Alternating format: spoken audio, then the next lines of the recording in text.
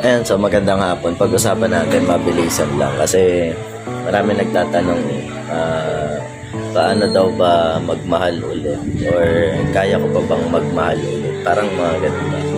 Pero yun nga, isa lang naman kasi yung ugat ng mga tanong na yan. Kasi bakit ka nagtatanong?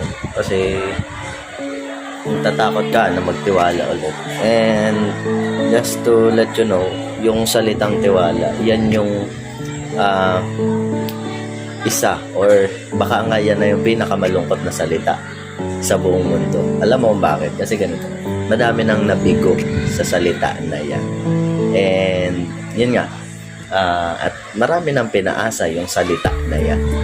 So yung tiwala, na pag nasira, talagang mahirap na ibalik. So yun, balik tayo doon. So paano ba magmahal ulit or kaya ko pa bang magmahal ulit?